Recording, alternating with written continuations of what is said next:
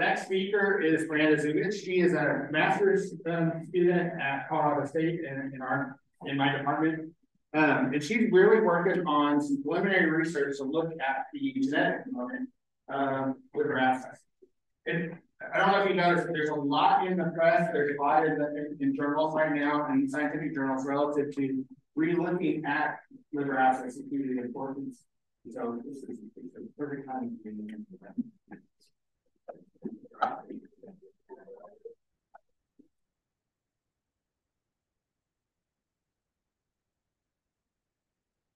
Awesome. Hello, everyone. Thank you so much for being here. I'm excited. So as Dr. Doyle said, we're going to be looking at the kind of genetic components of liver abscesses in fed beef on dairy heifers. And this is a very preliminary study, but we do have an estimate for you. So to begin, right, we all know the importance of liver abscesses in the beef industry, but let's really cover what are liver abscesses, how they form, and then why they are such a prevalent issue. So liver abscesses, they're encased pockets of pus in the liver.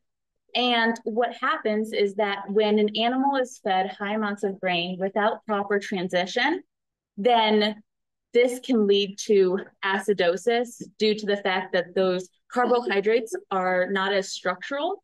So the bacteria can access them more readily.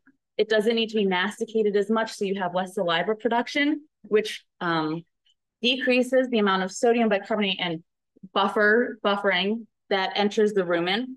So you have this increase in volatile fatty acids, this decrease in your buffer, and it causes a low pH in the rumen. The rumen is not like other organs such as like the abomasum, right, the true stomachs, where it's okay at a low pH. The rumen isn't. So what ends up happening is that you get this irritation of the rumen wall, and it can form ulcers, which can lead to holes. So when there are these holes now in the rumen, what can happen is that the bacteria that's beneficial in the rumen, it's happy and healthy there, it can exit into the bloodstream, and it enters the portal vein system, which brings blood from the GI tract to the liver. So the liver kind of is filtering all that out first. When it enters the liver, then we have kind of 9 days it was found post-inoculation that abscesses will have formed on the liver. In severe cases, the inflammation from the abscesses can form adhesion of the liver to the diaphragm, the gut, and other nearby organs. And there is the potential for abscesses to heal on them by themselves without treatment. Their scars can form between 46 and 183 days. And while that's great, right, we still have this issue of, okay, we don't know that they're there, right? We don't know how long it's going to take for them to scar over. Will they get a new one within that time? So that makes it difficult. And some bacteria that are commonly isolated from liver abscesses are listed below over here, but the kind of top one that I'll mention later on is Fusobacterium necrophorum, which is the primary bacterium isolated from liver abscesses. So let's go into the scoring system. Sorry to do this while you guys are eating your ice cream, but let's talk. So a 0, that's the abscess that's the liver we want, right? There are no abscesses, no adhesion. There can be scars, but there's no active abscess. That is the only score that is edible and will not be condemned, right? So then we go to an A-, which has 1 or 2 kind of smaller abscesses. An A increases in severity, so you have like a lot of small abscesses or 1 or 2 large abscesses. An A+ has many large abscesses. And then we have these specialty categories of A+ AD, which means that there has been that adhesion to the gut or diaphragm, and A+O, which means that the abscess has ruptured. So why do we care about liver abscesses, right? Why is it an issue? So first is that it's really difficult to diagnose prior to slaughter.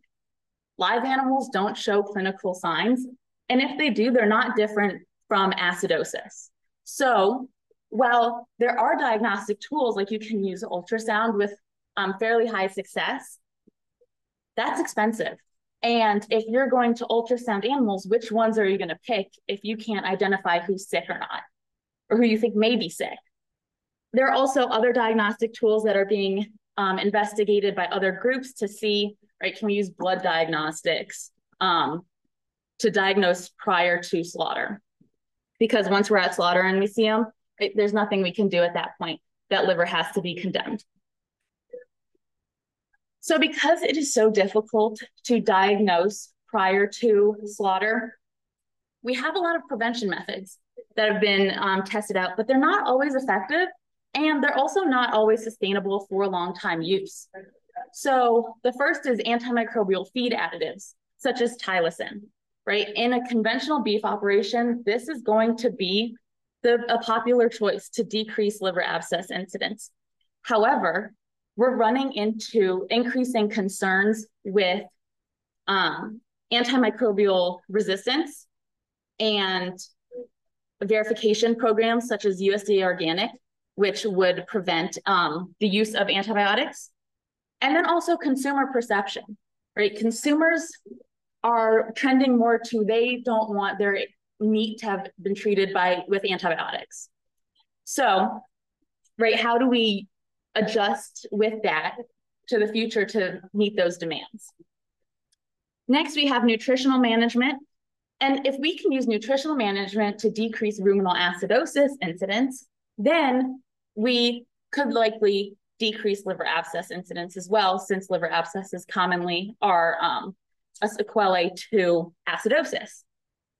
However, that's also difficult because we feed grain to cattle to make them grow big in a fast amount of time. And if we don't have access to that, or we decrease that, right, then you're going to raise costs of feeding. They're not going to be as efficient, or maybe scoring as high. So that's kind of a balance that I think needs to be struck on. How do we make these animals efficient, right? Still feed them grain, but also have lower acidosis incidence. There is also a commercial vaccination that is available for Fusobacterium necrophorum. However, it's targeted more towards foot rot rather than liver abscesses. And studies have shown that different vaccination types have varied success. And then let's talk about the economic impact. In 2009, the annual economic loss due to liver condemnation from liver abscesses was over $15.8 million. In that same year, there was an additional economic loss of over $7 million that was due to that total gut condemnation when you have that adhesion or a ruptured abscess. So those A+, AD, and A+ Os. So then 2015 to 2016, the loss due to liver abscesses in fed cattle was about $1.46 per animal. So now let's talk about this study. So there is a genome-wide association study that was published by Keel et al. In 2016 that found SNP associations and genetic variation that indicated genetic selection may be possible for decreasing liver abscess incidence.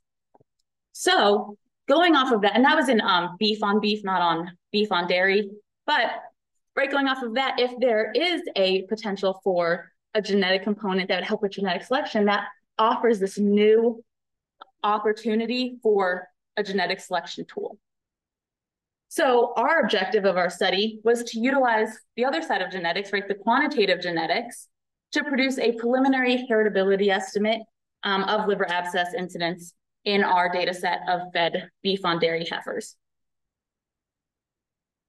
So in our study, we had 1,492 beef on dairy heifers that were harvested in Dodge City, Kansas.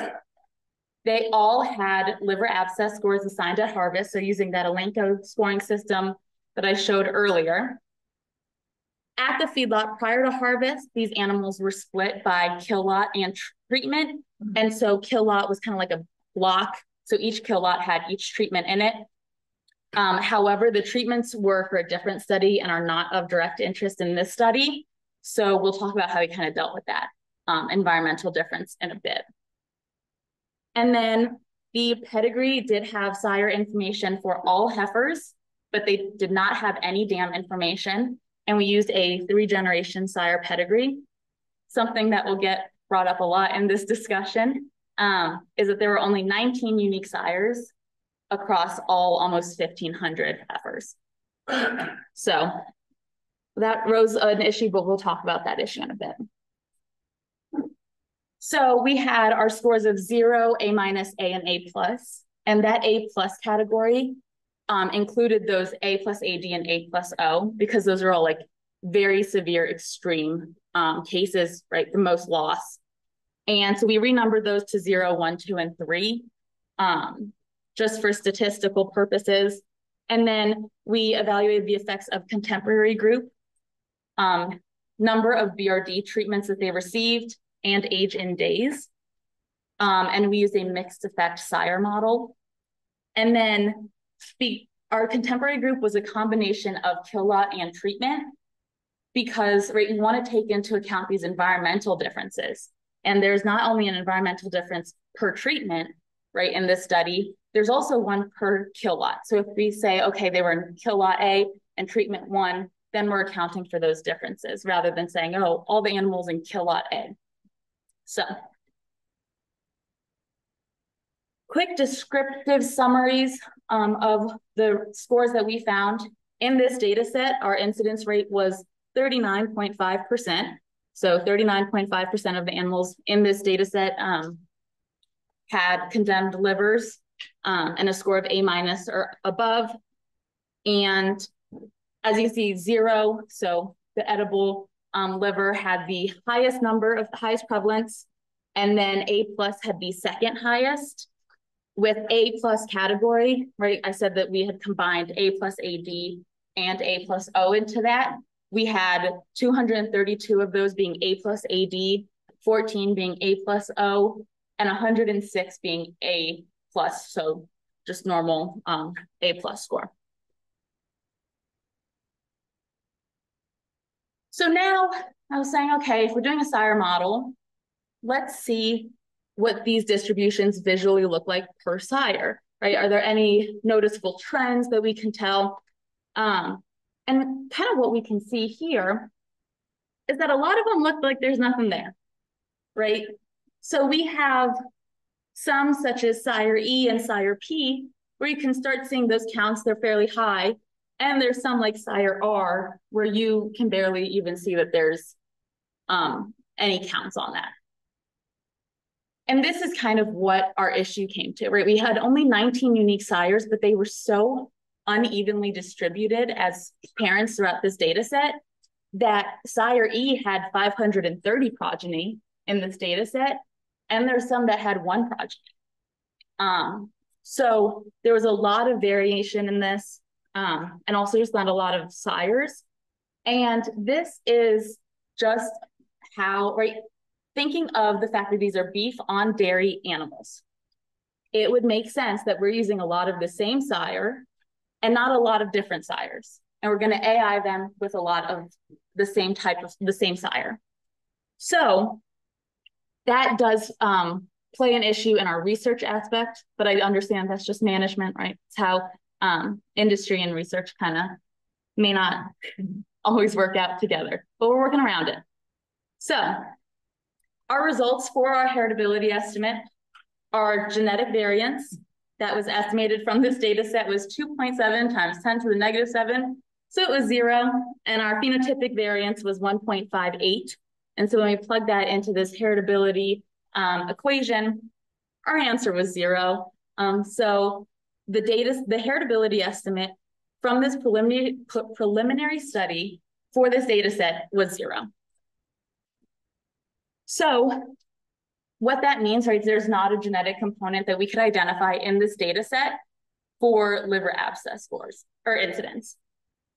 The results from this study, right, we saw that there was a prior study that showed that there is likely a genetic component, but we did not see that in this study. However, some differences between our studies is that the Keel et al. Study from 2016 was using beef animals and had a lot more samples than we did, right? So there's likely more sire variation and having this more pedigree information than we did. And they were using genomics rather than quantitative genetics. And so like I said, right, this lack of variation in sires may have caused an issue with this. However, we did test and estimate heritability for animals who had sires that only had 10 or more progeny in the data set, and the heritability was still 0. So removing those with 1 to 10 progeny in the data set did not change our estimate. Current efforts are being done to obtain dam information for the heifers. If we can use that, then we have more to base our relationships off of, and it may be easier to identify any genetic variation because we are not only going off of how they're related by sires, right? But we're going off of how they're related by dams as well. So there may be some that are seemingly unrelated, but may be related once we get more pedigree information. And so based on these results, genetic selection as a genetic selection tool can still be determined, right? And that development doesn't need to be halted, right? Because as a preliminary study, we've acknowledged the difficulties in this data set. But if we have a different data set, right? If we're looking at a different set of beef on dairy cattle, there may be a genetic component still. But with these results of this preliminary data set, I would say that more experimentation may be needed on environmental factors affecting liver abscesses in beef on dairy animals, rather than focusing all the efforts on a genetic selection tool right away. I would like to acknowledge and thank all of the contributors on this project and acknowledge our funding from the Foundation for Food and Agricultural Research International Consortium for Antimicrobial Stewardship in Agriculture. So before we do that, here are just some literature cited if anyone was interested, and I can always show this again later. But thank you so much for listening, and I am happy to answer any questions you all may have.